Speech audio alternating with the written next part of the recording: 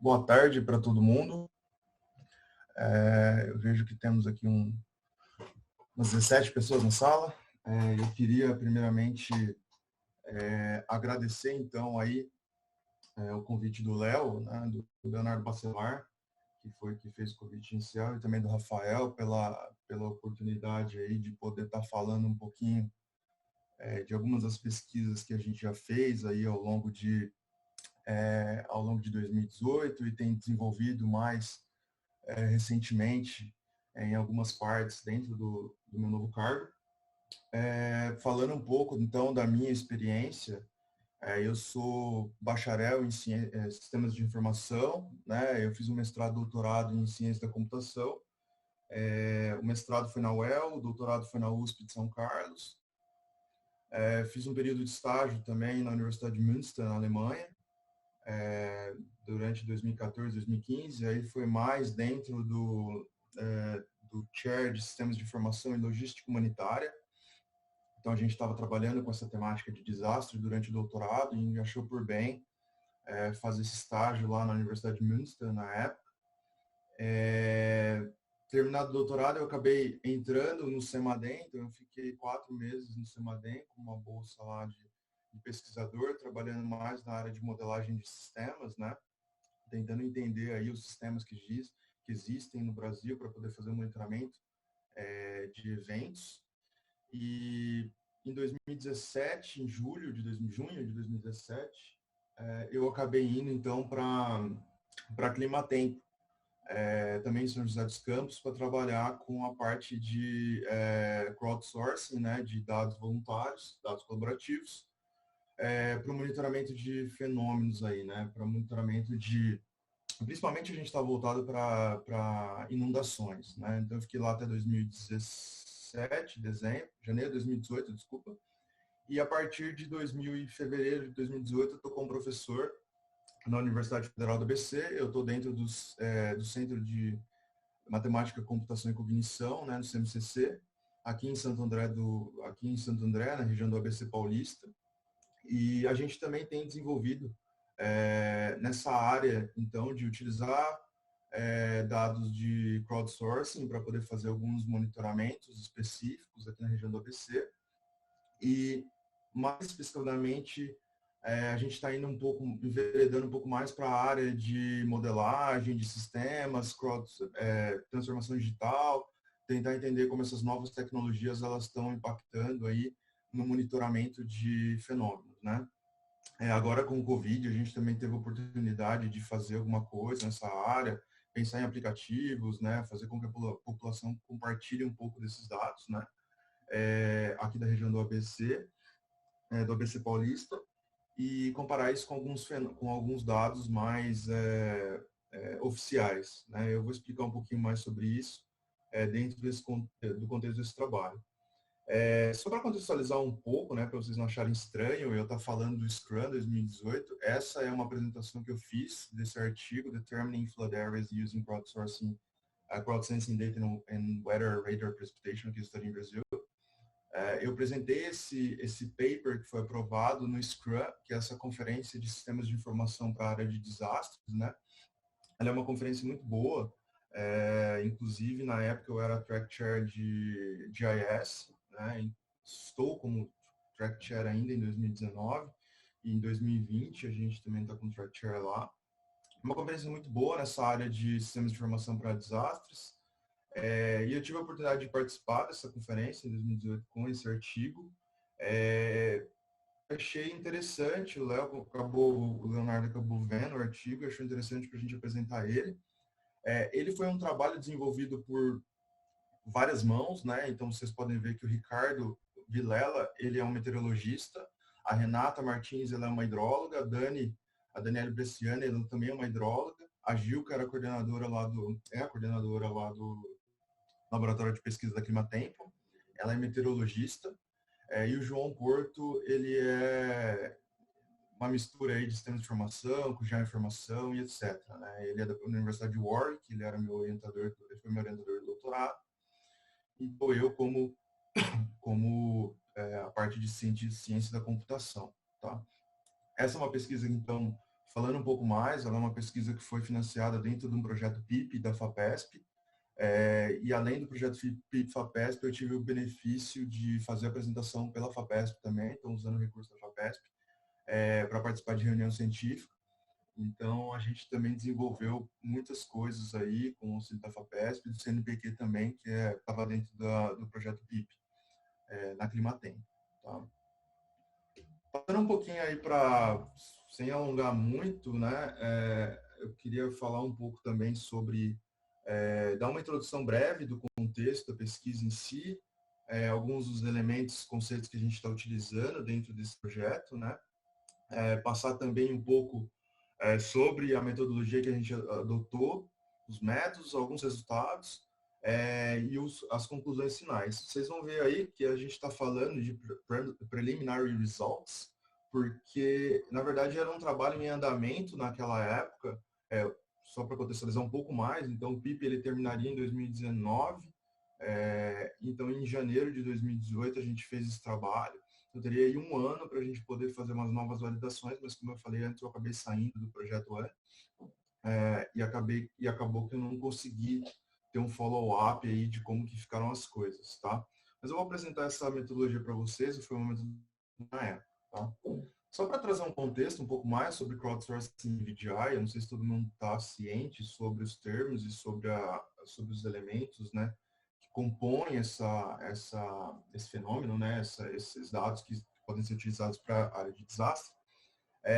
A gente tinha, por muito tempo, essa área de desastre ela se baseou em equipes de exploração. Depois que acontecia o evento, uma equipe de exploração ela ia para o local, né, em geral, para tentar entender os impactos, fazer os primeiros socorros, né, ou continuar fazendo o socorro, né, resposta do evento, de um tempo um pouco maior, né, um pouco mais para frente, aí vamos dizer aí, sei lá, uma semana ou até meses depois do evento, quando ele acontece. Essas equipes de exploração elas ficam ali tentando entender quais são as necessidades, o que é preciso, e elas acionam as coordenações para poder passar essas necessidades, né? Então, por muito tempo, essa equipe de exploração ela foi utilizada, e mais especificadamente, dentro do monitoramento de inundações, né, a gente tinha os sensores físicos, né, os sensores estacionários, né, que eles estão instalados em uma posição geográfica, numa posição específica, eles fazem monitoramento de variáveis ambientais de interesse, né. No caso, a gente tem os pluviômetros, como sendo coletando os dados de chuva, de precipitação, e a gente também tem aí os sensores hidrológicos, né, para poder fazer a coleta do nível do rio, né. Esses são os mais comumente encontrados, mas a gente inclui outros, né, como sensor de temperatura, sensor de umidade, etc., para também fazer o monitoramento dessas variáveis ambientais, tá? O grande problema é que isso acaba gerando, né, apesar do, vamos fazer um comparativo entre os times de exploração, tinha um gap aí entre essas pessoas serem acionadas, elas se locomoverem até a região que foi impactada, então você tem esse tempo para eles poderem fazer isso, e também o tempo cognitivo deles entenderem a situação, tentar levantar, discutir, para priorizar quais são as necessidades. Então aí você tem um tempo muito grande para poder coletar esses dados e passar para as equipes de coordenação, né? Os sensores eles têm um tempo um pouco menor, então eles em tempo real eles conseguem passar esses dados para a coordenação do evento e facilitar então o tempo de reduzir o tempo de resposta e facilitar a resposta aos eventos, né? Mas eles são muito limitados, né? Eles são dados específicos sobre variáveis de interesse, como eu falei antes, o nível do rio, ou até mesmo a precipitação, o nível de precipitação, né? O nível de chuva numa região específica, né? E aí, a partir de 2011, 2010, né, quando teve o evento no Haiti, o terremoto, se não me engano, no Haiti, começou-se a falar um pouco dessas plataformas colaborativas que elas poderiam também ser um meio de apoiar na coleta de dados especialistas, né, especializados, mas também coletar dados aleatórios que poderiam ser requisitados por equipes de interesse, né? Então a pessoa ela não precisaria se deslocomover até a região, ela poderia simplesmente pedir que a população ela fornecesse esse dado, né? Em 2007, o Goodchild ele publicou o termo, né, VGI, Volunteer Geographic Information, falando um pouco sobre esses dados, né, e o potencial desses dados para monitoramento de eventos, né, tentar identificar eventos específicos, e daí no contexto de desastres vem um pouco mais para frente, com Elwood, Goodchild e Glennon falando sobre a questão da qualidade, e assim por diante, né, a gente fez alguns trabalhos em 2013, no começo do meu doutorado, e essa área foi crescendo exponencialmente, muitas pessoas começaram a trabalhar nela, né, e várias vertentes foram surgindo, né, então uma delas é o próprio dado estruturado, como eu acabei de falar, por meio de sensores, mas a gente também tem os dados semi-estruturados, que a gente considera, por exemplo, o Shahid, é uma plataforma colaborativa para coleta de dados específicos, né? Mas semi-estruturado porque você coleta um dado de interesse, mas você acaba atrelando uma semântica a ele por meio de uma categoria, né? Então, por exemplo, só para fazer uma analogia, a gente pode pensar no Waze, como uma plataforma colaborativa de coleta de dados, e quando você vai informar esse dado, ele não é ad hoc, ele não é um texto completamente livre, mas você clica em determinadas categorias, por exemplo, tráfego, e daí tráfego alto, médio ou baixo. Então, você atrela uma semântica ao dado que você está coletando, que você está compartilhando, né? A comunidade está compartilhando. E isso acaba facilitando nas análises, na interpretação desse dado, né? É muito mais rápido de você entender do que o Twitter, onde você tem que fazer uma coleta, você tem que fazer um pré-processamento e você tem que colocar uma certa inteligência para poder inferir o que o tweet está falando, ou o que ele está querendo dizer, né? Então essa é uma outra vertente de dados colaborativos, e ela é uma vertente mais não estruturada, né? De dados não estruturados, onde você gasta um pouco mais de tempo para poder fazer as análises, né? Eu falei das plataformas colaborativas, a gente tem o Shahid, mas a gente também tem o OpenStreetMap. Eu acredito que muita gente na sala conhece o OpenStreetMap, o OSM. E daí ele é um dado semi-estruturado, mais relacionado com features geográficas, esse tipo de coisa. Tá? Só por curiosidade, teve um paper muito interessante em 2010 do fenômeno do Haiti, que foi de Zuka, que ele mostrou assim a diferença quando a comunidade acaba fazendo um mapeamento, e você consegue ver claramente assim ao longo de 3 ou 4 dias a diferença dos mapas que foram gerados pela comunidade, e isso facilitou muitas respostas naquela época, né? Então é um trabalho bem interessante. Em suma, então, a gente tem os dados estruturados, que são os sensores, a gente tem os dados semi-estruturados, o Shahid e o OpenStreetMap, que são plataformas colaborativas, e a gente também tem os dados não estruturados aí, que são mais complexos de serem analisados, são os tweets, né? Os tweets são os dados compartilhados pelo Twitter, né?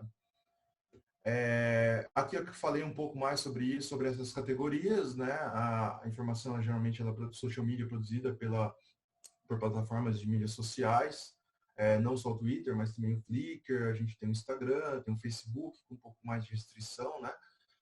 Para poder fazer a coleta dos dados, mas eles também são interessantes para poder fazer esse tipo de análise.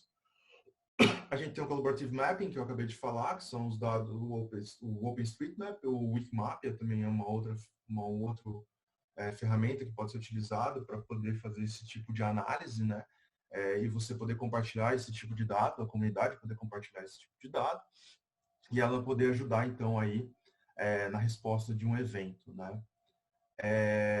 E, por fim, a gente tem o CrowdSensing, que são as plataformas, como eu acabei de dizer, que elas coletam informações semi-estruturadas, mas elas são mais específicas, né? Então, como eu falei, a gente tem o Shahid, onde você pode criar categorias específicas para coleta de dados, mas você também tem outras, o Waze sendo uma delas, tá?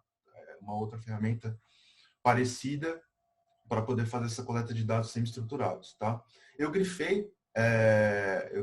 Não, sublinhei esse CrowdSensing porque foi essa a abordagem colaborativa que a gente acabou utilizando no contexto desse trabalho dentro da Climatem.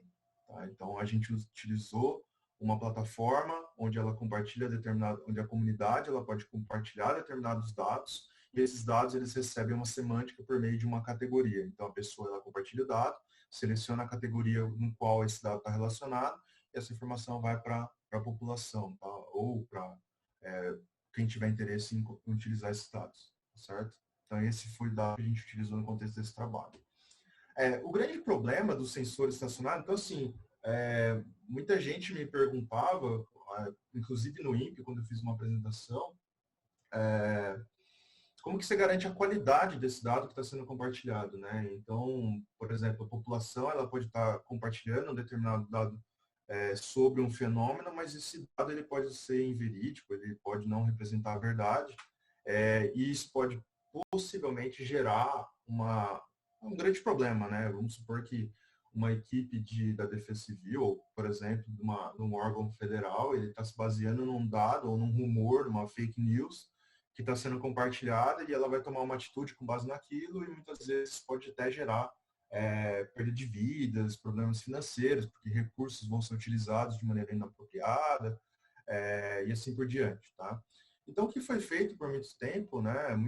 Inclusive, existe um artigo muito interessante do próprio João Porto, onde ele faz análise comparativa de dados do Twitter com sensores estacionários, né, os próprios sensores pluviométricos, para tentar entender e mostrar que existe uma correlação entre esses dois dados, né, uma correlação espacial no caso. E daí isso foi utilizado para você poder filtrar os dados de interesse, ou os tweets, naquele caso, no paper nesse artigo do João Porto, os tweets de interesse. Então, você pode ter uma quantidade grande de tweets, aí a gente está falando aí de 5 milhões de tweets, e naquele trabalho específico ele utilizou a posição geográfica desses tweets. Infelizmente, o Twitter ele não é compartilhado frequentemente com a posição geográfica, então essa quantidade, esse volume de tweets, ele é reduzido, né? Se não me engano, foram em torno de 3 milhões, foi para quase 70 mil ou quase 100 mil. Não me recordo o número exato, mas era alguma coisa aproximada desses valores, né? Então, os tweets mais próximos de um sensor que estava mostrando com o nível de chuva, eles foram considerados relativamente próximos aí de estar, foram considerados como estando falando sobre o mesmo assunto, né? Então, se eu não me engano, é uma lei de Moore, onde ele fala que os fenômenos geograficamente próximos, eles têm o mesmo contexto, né? Eles estão falando, têm a tendência de estar falando sobre o mesmo contexto, tá? O grande problema dessa abordagem do João Porto que foi desenvolvida naquela época, não só pelo Porto, mas por outras pessoas também, posteriormente, é que esses sensores estacionários, né, os pluviômetros, ou mesmo os sensores hidrológicos, eles têm uma restrição geográfica, eles estão localizados numa posição geográfica específica, e dificilmente você vai ter sensor cobrindo toda a extensão de um rio, né? Ou de várias partes de uma própria cidade, né? Quando está chovendo. E nesse caso, o que pode acontecer é que você vai acabar reduzindo, inevitavelmente, uma grande quantidade de informação que elas podem ser relevantes para poder fazer o monitoramento desse fenômeno, né? Vamos pensar que a gente está falando do Waze, e o Waze geograficamente ele está falando de toda a extensão de uma cidade, né? Se a gente pegar a cidade de São Paulo, é uma extensão muito grande. Embora a gente tenha uma grande quantidade de sensores hidrológicos e pluviométricos espalhados pela região metropolitana, ou pela região de São Paulo, pela cidade de São Paulo, na cidade de São Paulo, inevitavelmente algum gap vai acontecer entre um sensor e outro. Aí você pode estar perdendo uma informação relevante para o monitoramento do evento em específico, certo? Então esse era um grande problema. E daí a gente veio com a ideia de utilizar os radares, né? Eu não sei se todo mundo conhece o que é um radar. Eu também não sou um especialista eu não conheço tão a fundo assim o que são os radares, mas basicamente o que eu entendo é que ele emite essas ondas eletromagnéticas por meio dessa antena.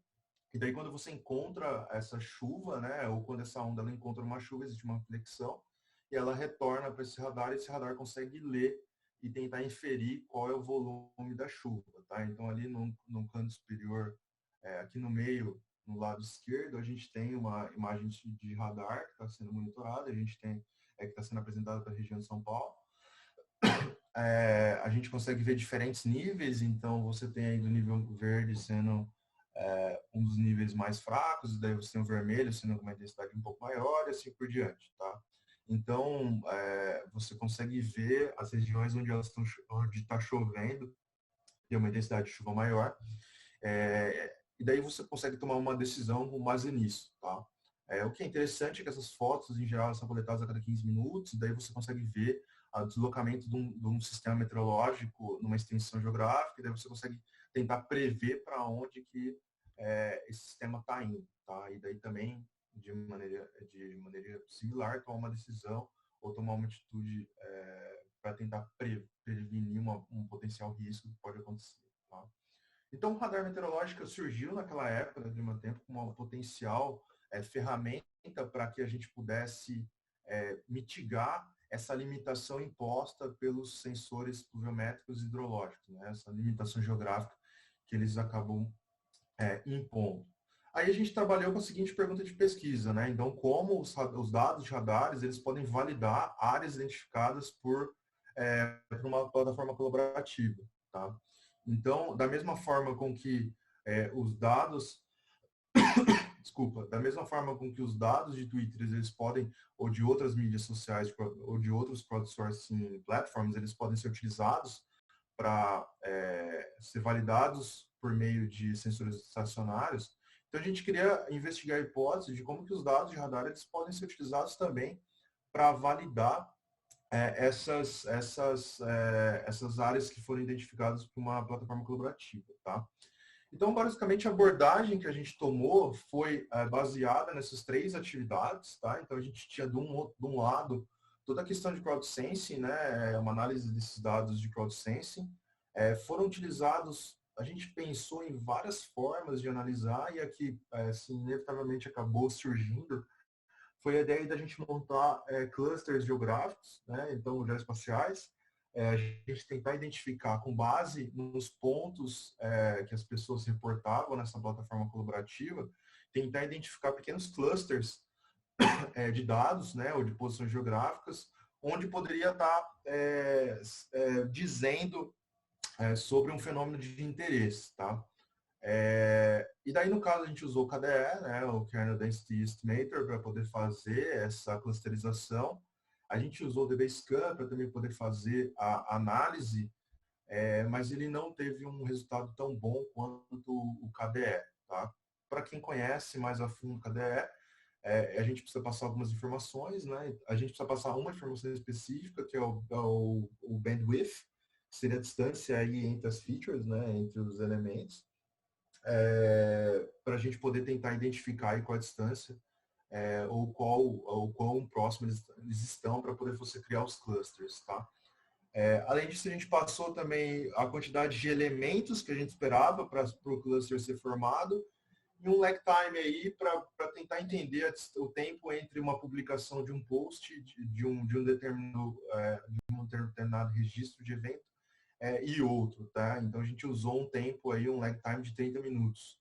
Então todos os elementos que fossem postados dentro desses 30 minutos e que tivesse 3 elementos numa distância entre 20 metros, eles iam formar um cluster em específico. Essa que foi a ideia desse Crowd-Sensing Data Analysis, tá? E do outro lado, a gente tinha a questão do Weather Radar Systems Data Analysis, que ele basicamente ele tentava identificar, classificar esses dados dentro dessas três categorias, tá? Ou não, ou pouco, moderado. 0 seria não, 1 seria pouco, né? Seria baixo, o 3 seria moderado e o 3 seria muito alto. O que isso quer dizer? Mais para frente eu vou passar um pouco mais relacionado sobre isso, mas basicamente o que a pessoa fez, que foi o Ricardo, ele tentou criar uma tabela que comparava a intensidade da chuva com o acumulado de chuva, tá?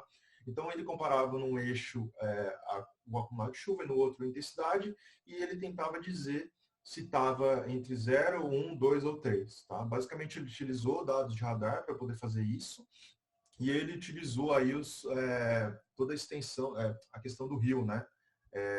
Os catchments do rio para poder fazer a análise dessa parte dos radares, tá?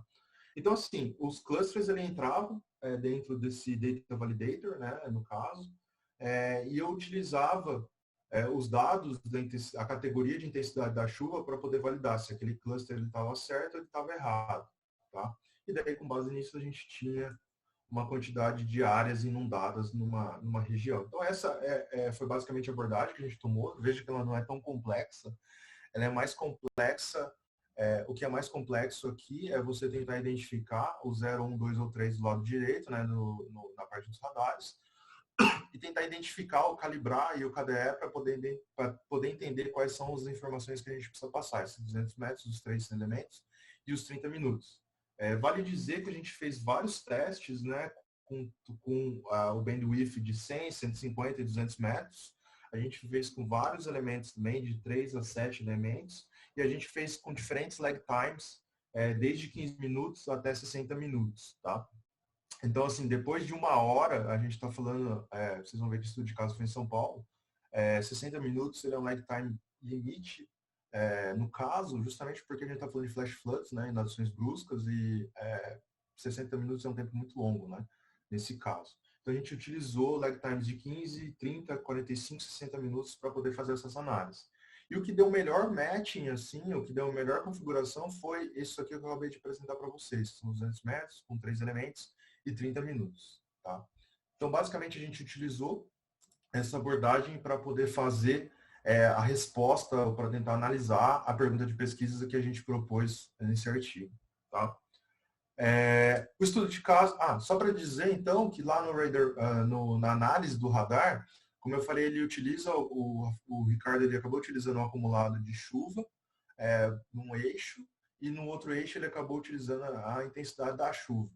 Então, você veja que se a intensidade ela for de 0 a 1 milímetro na hora, e o acumulado for de 0 a 1 milímetro, nas últimas 2 horas, ele está em 0. Se ele for uma intensidade de 1 a 10 milímetros por hora e o acumulado for de 0 a 1 milímetro, está em 0, e assim por diante. Tá? Então, ele acabou fazendo essa tabela para poder dizer qual é a categoria aí desse dado que está sendo compartilhado, tá? Só para fins para oferecer um melhor entendimento, então o acumulado ele pegou das 2 horas, é uma média das últimas 2 horas, e no caso da intensidade ele pegou o maior valor que aconteceu ali dentro daquela última hora, tá? Então a intensidade é o maior valor e o acumulado é a média das últimas 2 horas. Tá? Então, basicamente, esse que foi os 2 dados que ele utilizou, aí a gente utilizou essa abordagem para poder chegar nessa classificação, certo? O estudo de caso que a gente fez foi na região de São Paulo, né? Basicamente, ela foi feita na região, não na região metropolitana, mas ela foi feita na região de São Paulo, tá? Na cidade de São Paulo. Basicamente, não precisa alongar nisso, mas é uma região bem interessante, então é uma cidade muito grande, ela tem 2 milhões, ela se classifica aí está na 9ª posição como uma das maiores cidades do mundo, ela tem uma região muito grande, de 1,5 milhões de quilômetros quadrados, e uma densidade populacional de aproximadamente 7.400 habitantes por metro quadrado. Então, a gente tem uma grande concentração de pessoas, a gente tem uma grande nós esperávamos, né, que nós tivéssemos um grande volume de dados, tá? Então, isso mostra, evidencia o potencial do estudo de caso que a gente está fazendo aqui, tá? Só para trazer, então, os resultados já, né, sem alongar muito, a gente tem, então, de um lado, a gente coletou dados de dezembro de 2017 até janeiro de 2018, então foi um time span de 2 meses de coleta de dados. Isso foi muito importante porque foi o período o período de chuvas aí na cidade de São Paulo, né? Ele se estende um pouco mais aí entre novembro e fevereiro, né? E até março de todos os anos, mas geralmente em dezembro e janeiro é o período que tem mais chuvas, né? E que tem mais inundações na cidade. Tá? Então, por isso que a gente escolheu esse time span para poder fazer essas 2 análises. E no caso da cidade de São Paulo, a gente tem 2 radares. Um está localizado na EASH, na USP Leste, e o outro está localizado na USP, ali na cidade universitária. Então, um mais na parte leste, outro na parte oeste da cidade, e daí eles monitorando todas essas duas áreas. Só para entendimento dessa figura, a gente tem o triângulo sendo a posição onde está localizado o radar. Os círculos, eles são a cobertura do determinado sistema. A gente consegue ver que a gente tem um overlap dos dois radares ali no meio. A gente tem, então, os dados da plataforma colaborativa sendo esses pequenos pontos amarelos, ali aqui na cidade de São Paulo. E a gente fez 2 dias de análise que foram bem interessantes. No dia 16, onde teve várias ocorrências de inundação, e no dia 21 de 2018, onde também tiveram várias ocorrências de inundação. Tá? Então, esses dois dados, esses 2 dias foram utilizados como para a gente poder fazer análise dessa nossa abordagem. Tá?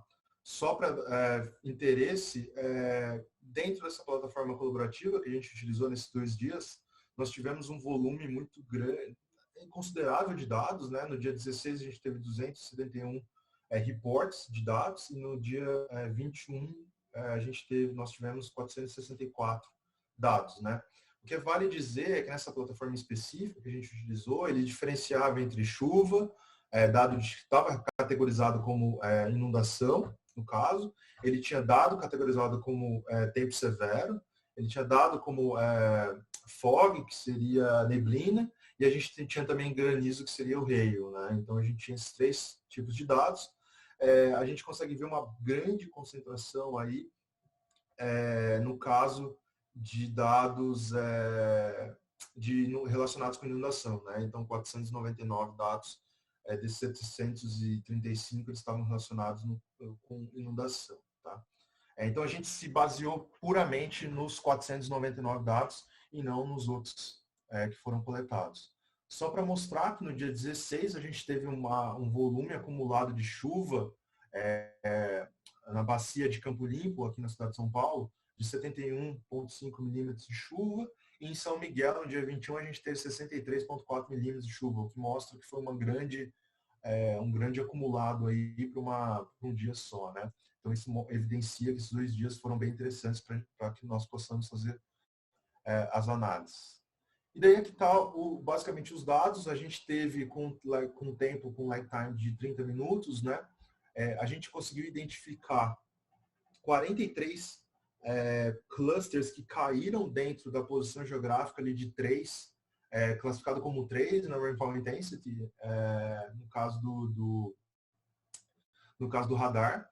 Nós tivemos 40 clusters que foram identificados dentro do nível 4, certo? Desculpa, dentro do nível 2, da classificação 2 dos dados de radar. E nós tivemos apenas 4 clusters que caíram onde não tinha sido classificado como 4, ou seja, que não tinha intensidade e que não tinha um acumulado muito grande, né? Ou que o acumulado foi muito baixo. Então, apenas 4 desses 77 clusters que a gente identificou, eles ficaram dentro dessa categoria, né? O que mostra aí que a abordagem que a gente definiu, ela é bem interessante para filtrar os clusters que foram identificados. Só para fins de análise, a gente está consolidando os 2 dias aqui. E no caso do dia em janeiro, dia 21 de janeiro, dos 97, 40 clusters foram identificados, no dia 16, 57 clusters foram identificados. Tá? Só para mostrar que existe uma diferença entre esses 2 dias. Tá? Aqui é o consolidado dos 2 dias para as 4 categorias dos dados de radar e também para os clusters que foram identificados. Tá, Flávio, mas como que você validou se isso estava numa posição certa ou se tinha coerência no que você estava mostrando ou não? A gente basicamente, aqui só está para mostrar que na Vila Prudente ali, aqui são os clusters que foram identificados, esses pequenos pontos no mapa que eles foram os clusters, né? Então, em algumas das vias aqui, a gente conseguiu ver que ele acaba pegando bem assim a questão da rua mesmo, né? Sei lá, o que mostra assim bem interessante, o cluster está sendo formado ali. E a gente não tinha como validar, né, se esses dados, infelizmente a gente não conseguiu encontrar notícias precisas sobre esses pontos específicos, né, nas mídias, né, ou G1, ou Record, ou etc., né. ou mesmo na cidade no jornal da cidade. E a forma com que nós encontramos de poder fazer essa análise ou poder identificar isso foi utilizando os dados históricos do CGE. Tá? Então, no dia 16 do 1, desculpa o overlap aqui, mas a gente consegue ver que grande parte dos clusters que foram identificados nesse dia, eles estavam aí, eles foram identificados em área onde a CGE, que é o Centro de Gestão de Emergências da cidade de São Paulo, identifica como recorrente. Tá? Então tem um heatmap aí, tem um mapa de calor na parte de trás, onde amarelo é onde não teve bem pouca ocorrência, e o vermelho, quanto mais vermelho, maior a ocorrência de pontos de alagamentos oficiais. Tá? A gente está falando aí de dados desde 2004 até 2018. Tá? Então, quanto mais vermelho, 60, aquela região teve mais de 60 ocorrências oficiais de inundação. Tá? Então, a gente consegue ver que grande parte dos clusters eles foram identificados em áreas bem vermelhas e bem pouco, quase nenhum dos clusters eles foram identificados em áreas brancas, né? O que mostra não foi identificado com áreas brancas, né? O que mostra que assim grande parte dos clusters eles estavam em regiões onde havia uma recorrência de eventos oficiais. Tá? Então essa foi uma forma de análise que a gente acabou fazendo. Eu volto a falar que esse era um artigo curto, né? Ele era um short paper, era um ongoing work, um work in progress. Então a gente estava tentando identificar e tentar entender, calibrar esses algoritmos para poder fazer essa análise comparativa, tá certo? O que a gente encontrou de interessante é que, de fato, os dados de radar, eles podem ser, assim, eles são bem interessantes para serem utilizados para validar essas informações colaborativas, tá? E daí filtrar as áreas de interesse. A gente tem também, que é interessante, fazer essa análise combinada de pluviômetros com estações hidrológicas e também utilizar aí os radares meteorológicos para poder fazer o filtro, o processamento dessas informações voluntárias, tá? Então, eu não estou falando a gente não estava querendo dizer que os dados os dados fornecidos pelas estações hidrológicas ou pluviômetros, eles tinham que ser completamente ignorados. O radar ele vem para complementar, ele vem para apoiar no filtro dessas informações, tá? Então, assim, para quem trabalha com esse tipo de dado, no calor do momento, quanto mais validação, mais interessante para você poder ter uma resposta mais precisa no momento do evento. Tá? O que a gente pensou na época de trabalhos futuros era aplicar outras abordagens, né? Eu acabei dizendo, já antecipando, que a gente aplicou o Morozai e o DBScan para poder fazer essas análises, né? E daí, assim, eu já posso antecipar que o KDE foi bem melhor do que os outros dois. Foi melhor do que os outros dois, não bem melhor, mas foi melhor do que os outros dois.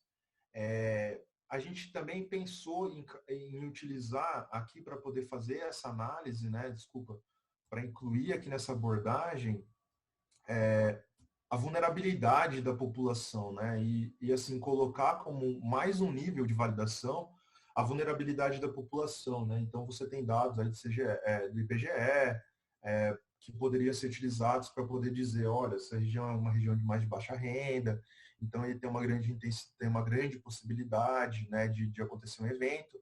Dá para a gente utilizar dados da CPRM, né, de áreas de risco para poder fazer também essa validação. Então, basicamente, aqui a gente também deixou em aberto, naquela época, a oportunidade de fazer esse tipo de análise, né? Isso poderia, então, ajudar a filtrar um pouco mais os dados. E, por fim, lógico, fazer mais estudos de caso, né? Então, aumentar o threshold, utilizar, tentar analisar em diferentes contextos, por exemplo, em hail, em granizo, ou tentar pegar mais dados da plataforma para poder fazer mais análises, tentar identificar mais clusters, e também utilizar outras plataformas colaborativas, como, por exemplo, o Instagram, o Twitter, né? Ou mesmo o Flickr para poder fazer essas análises, né? Então, seriam mais dados colaborativos para você poder inferir aí os clusters geoespaciais, os clusters geográficos, e tentar identificar as áreas de inundação, tá?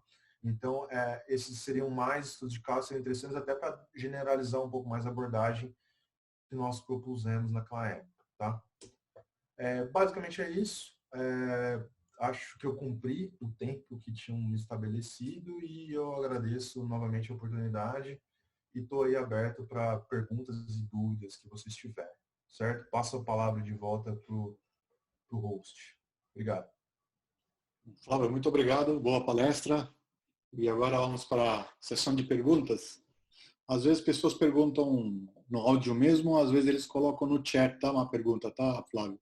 Você tem que observar as perguntas. Pessoal, vamos fazer as perguntas? Vamos ver aqui.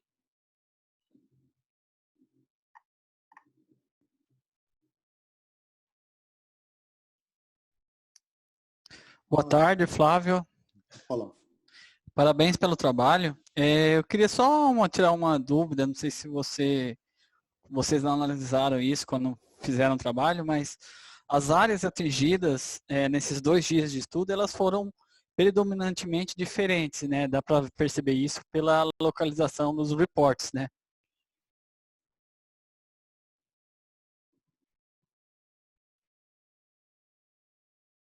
Acho que seu microfone está desligado, Flávio.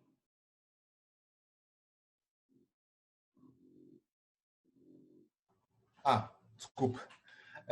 De fato, elas foram em áreas, assim, para ser bem sincero, elas foram não tão diferentes, mas elas foram próximas, né? Em regiões que já aconteciam eventos, né? Santa Mara acontece muito evento, né? E foi ali onde a gente consegue identificar, eu compartilhei a tela de novo, a grande maioria desses clusters ali no dia 21, e no dia 16 aqui também, foi na região de Anápolis, Santa Mara também. Foi bem próximo, né?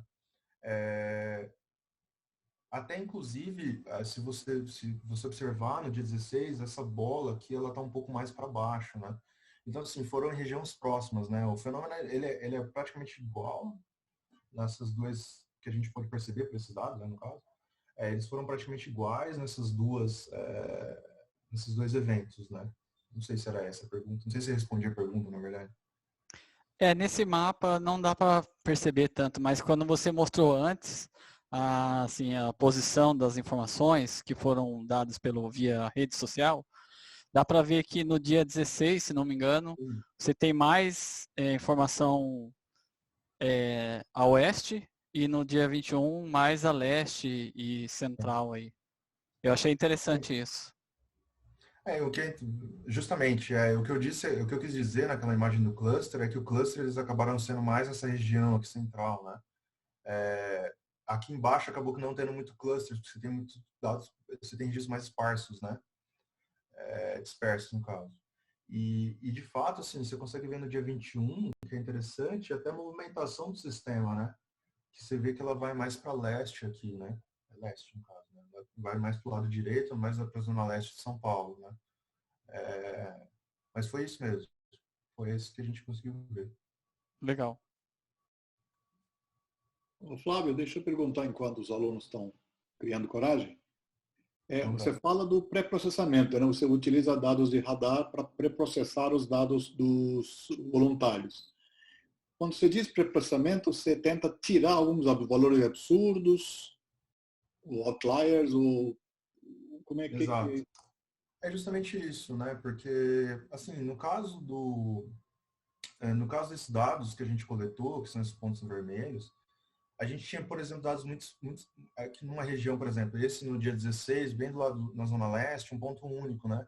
Então, talvez ele não traria tanta relevância para uma análise que estava acontecendo. Então, a gente tenta tirar esses caras e tenta identificar pontos mais específicos, mais relacionados, né? E daí, no caso, foi a abordagem que a gente fez.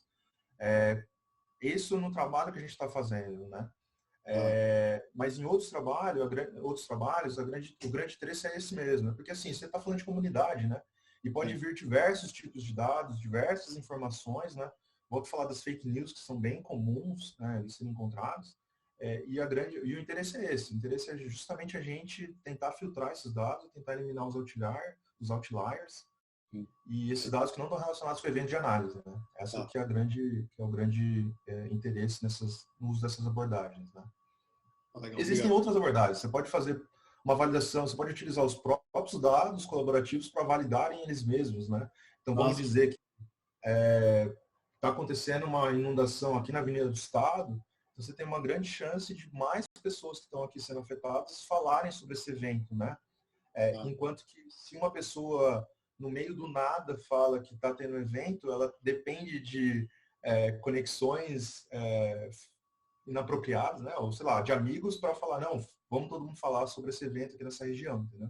Para poder validar. Então existe a validação da própria população, validando os próprios dados que eles estão fazendo, Claro. né? Vocês usam algum tipo de uma técnica ou alguma forma de engajar melhor a comunidade? Porque isso faz uma diferença muito grande para desastres naturais. Exatamente. Esse é um ponto é uma pergunta bem interessante. E de fato, assim, o grande quê, assim, dessa área de crowdsourcing, de VDI mesmo, é que o engajamento, dependendo do evento, ele é bem baixo, né? Ele chega a ser alto, né? A gente vê isso, a gente viu isso mesmo no evento de Brumadinho, né? E é normal, assim, do desastre, né? As pessoas tendem a ficar mais sensibilizadas logo que acontece o evento, e ao longo do tempo o interesse vai reduzindo e os dados vão sendo compartilhados são cada vez menos, né? Não existe, assim, um interesse tão grande depois, assim, de meses depois do evento, né? Acaba sendo mais um estudo pós-verdade para tentar entender o que aconteceu, etc., né? Infelizmente, o engajamento é bem baixo nesse caso, né? Estudos acontecem, já estão sendo feitos, né? Mas é difícil, assim, não existe uma abordagem muito específica. Esse foi um grande ponto. Essa plataforma que a gente pegou, ela é bem comumente utilizada pela população e ela é mais fácil, os dados que a gente coletou, eles foram mais, assim, eles já foram mais específicos, né? Se a gente desenvolvesse uma plataforma da Climatempo, tudo bem que existe o apelo, a Climatempo é conhecida, né? Ou mesmo o governo poder desenvolver alguma coisa nesse sentido, existe todo esse apelo da instituição, das instituições, mas o compartilhamento do dado ele é bem escasso, tá? As pessoas tendem a não compartilhar. Só quando acontece evento, né? Todo mundo começa a compartilhar, né? Esse é o grande problema. Isso, é complicado o engajamento mesmo. Entendo. Não é muito fácil essa parte, não. Mas, Exatamente. mais alguma pergunta? Eu tenho. Tá me ouvindo?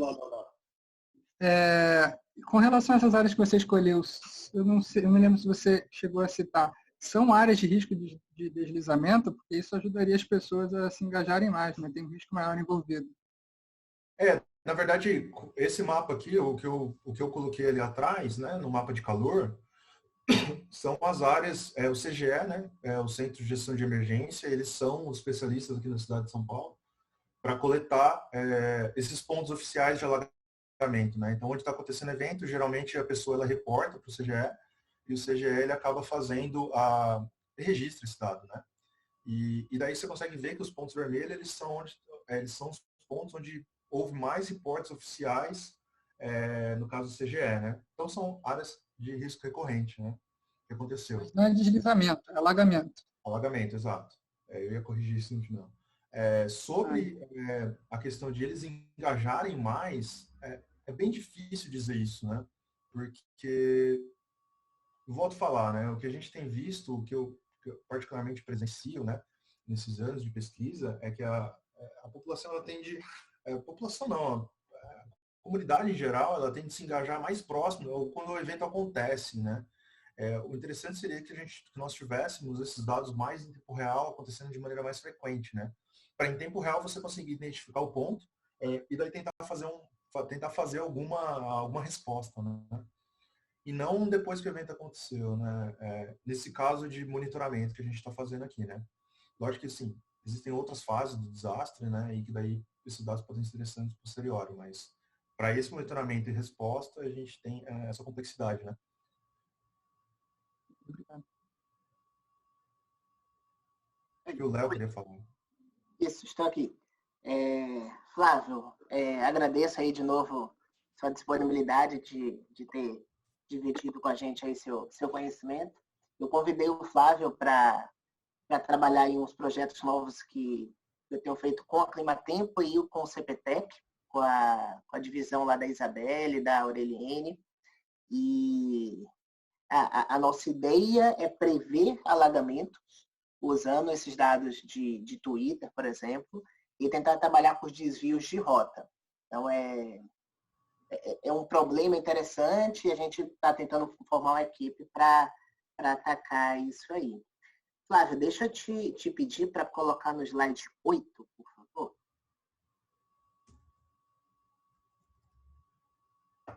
Isso. Então, você tem um modelo baseado nesse KDE, que basicamente tem 3 parâmetros. Esse raio temporal, um raio espacial e um raio de quantidade. Assim, você tem uma quantidade dentro de uma janela de tempo, dentro de um raio espacial. Exato. Né? Tá. Aí você otimizou esse trio, fazendo algumas combinações possíveis, e o seu melhor resultado foi para esse trio. Exato. Tá. Agora, por favor, slide 16. 16? Isso. É o que estava antes, eu acho, da pergunta do Marcos. Esse mapa de calor é um para cada dia. O mapa de calor atrás não é um para cada dia, é a quantidade de eventos do CGE, né? Desde 2004. Ah, isso. Então, para aquele banco inteiro, de 2004 até agora. Isso. 2018, tá? Isso, tá. Eu estou com esse mesmo dado, né? E atualizado, mas para acho que até o meados de 19. E o que a gente vai tentar fazer é otimizar esses 3 parâmetros por evento. Por evento, sim. Varrendo, ao invés de integrar no tempo, a gente vai olhar cada evento e ver qual é o parâmetro que, pensando em matriz de confusão, qual é o que dá o melhor resultado, né? De minimizar os falsos positivos e falsos negativos. Foi por esse trabalho que eu troquei aqueles primeiros e-mails contigo. E, assim, a gente conta contigo para fazer essa análise também. E quem sabe daqui a um tempo a gente dá um novo seminário aqui, já mostrando esses resultados. Beleza? Legal. Valeu, um abraço aí, cara. Valeu, Léo, obrigado. Só outras perguntas? Só para dizer, eu acredito que, se eu não me engano, eu estou olhando pelos participantes aqui, tem 2 pessoas que também participaram do projeto. Ah, é? Que é a Jussara e a Cíntia. Eu acredito que elas estão aqui na sala. Não sei se são elas, mas se forem... São elas mesmo. Uhum. Ah, beleza. Então as 2, elas também participaram do projeto, mas em outras partes, né? Perfeito. Oi, Flávio, é Jussara. Quiser complementar, Jussara, fica à vontade, hein? Isso, eu trabalhei na parte de Nowcast, né, desse projeto em 2017, de julho de 2017 a volta de março de 2018. Nessa parte de alugamento eu não atuei muito, foi mais na parte de Nowcast. E esse projeto foi finalizado, né, com grande sucesso, agora foi em janeiro desse ano. Foi tudo finalizado com a FAPESP. Ah, legal. Seria janeiro de 2020, né? Eu falei janeiro de 2019, mas estava errado. Foi finalizado agora, porque ele teve uma prorrogação, né? Então ele foi finalizado agora, no começo desse ano. Ótimo. Ô, Flávio, deixa eu aproveitar e te pedir para você comentar um pouco sobre essa sua experiência de fazer pesquisa fora da academia formal, né? Climatempo é uma empresa, mas você estava lá trabalhando com pesquisa, podendo publicar, podendo ir para congressos. Como é que foi essa experiência? Eu acho que assim, a Climatempo teve um ambiente bem diferente para esse tipo de coisa. Na verdade, eles têm um laboratório de pesquisa lá, né? E o projeto, ele previa algumas publicações, né? E queira ou não queira, assim, a gente estava falando com doutorado, né? A pessoa que já tinha doutorado, com doutores, no caso, e também mestrandos, né, que também tinham interesse nesse tipo de coisa, né, e como é um projeto FAPESP, em geral, o FAPESP pedia alguma coisa desse tipo, pede alguma coisa desse tipo de publicação, né. Assim, foi bem tranquilo, eu acho que houve uma abertura muito grande, principalmente por parte da Gilca, de fazer esse tipo de pesquisa, publicar esses artigos, né, participar desses eventos, né, porque queira ou não queira também é uma exposição da empresa, né? A empresa está fazendo alguma coisa desse tipo, expõe por todas as marcas, né? Então foi bem interessante, assim, a experiência, né? Eu digo que, assim, o aprendizado foi muito grande porque diferente da pesquisa, né, para muita gente que está fazendo mestrado, doutorado, não existe um imediatismo tão grande, né? Existe um imediatismo porque tem as deadlines, né? Tem os prazos para submeter os artigos. Mas lá, como era um business, né? Então existia um imediatismo muito maior. Então, assim, cada semana era uma coisa nova que você estava desenvolvendo, né? Então a gente tinha 40 horas a semana na empresa, desenvolvendo pesquisas, né? Então toda semana você já tinha uma coisa nova, uma nova discussão que surgia, né? Então acho que isso era bem interessante, né? Só que, em paralelo, vem a pressão do mercado, né? Então, também tinha a questão de você argumentar, não era só a questão científica, também tinha a questão de empresa, né? Como que isso vai retornar para a empresa, etc. Tem que ter um balanço, assim, né? Nesses dois casos. Não só na Climatempo eu trabalhei dessa forma, mas também durante o mestrado na UEL eu trabalhava numa empresa que também tinha o mesmo contexto, né? Ela era uma empresa que a gente estava desenvolvendo algumas pesquisas, né? Não era tanto quanto ter um laboratório de pesquisa, porque a empresa era menor, era uma startup, mas a gente também tinha um pouco de pesquisa, né? E o contexto era o mesmo, né? Pressão do mercado, com interesse em fazer pesquisa, publicar, divulgação do nome, etc. Né? Eu acho que isso é bem interessante. Obrigado aí. É legal para os alunos também verem que depois uma vez concluída a pós-graduação, né, o mestrado ou doutorado, há diversos lugares que podem ter vagas de interesse para quem é formado no INPE, né? O curso de computação aplicada no INPE forma a gente para o INPE e também para o CEMADEM, por exemplo. Acho que 1/3 do CEMADEM veio do INPE, como ex-servidor ou aluno de pós-graduação. E para essas outras instituições, né? Climatempo, IACIT, tem várias, Squitter, várias empresas da área meteorológica. Legal, valeu, cara. Assim, só para complementar o que você está falando, né, eu acho que a base curricular, ela também permite outros tipos de coisa, né? Tá muito na moda data science, né, ciência de dados, cientista de dados. E eu posso falar aqui de São Paulo, por exemplo, do Itaú. O Itaú pega muita gente, agora tem o Cubo, né? Então, muitos pesquisadores, próprios doutores que estão saindo daqui da UFBC, eles estão indo para o Itaú também, né? Para poder trabalhar nessa área. E eu cito, vocês conseguem citar várias outras, né? A gente tem a IBM Research aqui também, a gente tem a Microsoft Research, se eu não me engano, tem aqui também. Eu tive recentemente um amigo doutor que foi contratado pelo Nubank para trabalhar com essa parte de ciência de dados, mas também é bem interessante porque ele foi contratado para trabalhar com essa área, mas ele estava trabalhando, ele acabou sendo alocado para a parte de tentar entender as arquiteturas de software, né? Então não é uma área bem ciência de dados, é mais arquitetura e engenharia de software, né? Que é interessante também. Que mostra que tem interesse também nessa área, né? Não é só cientista de dados, né? Mas é interessante, eu vejo que tem uma perspectiva bem boa assim, para essa coisa, né? De você sair da pós-graduação, tentar entrar nessas outras, nessas empresas, né? Não é só o concurso, né? Ou não é só as instituições públicas, a gente também tem empresas agora privadas que estão se interessando por esse tipo de expertise, né? Para poder melhorar os negócios.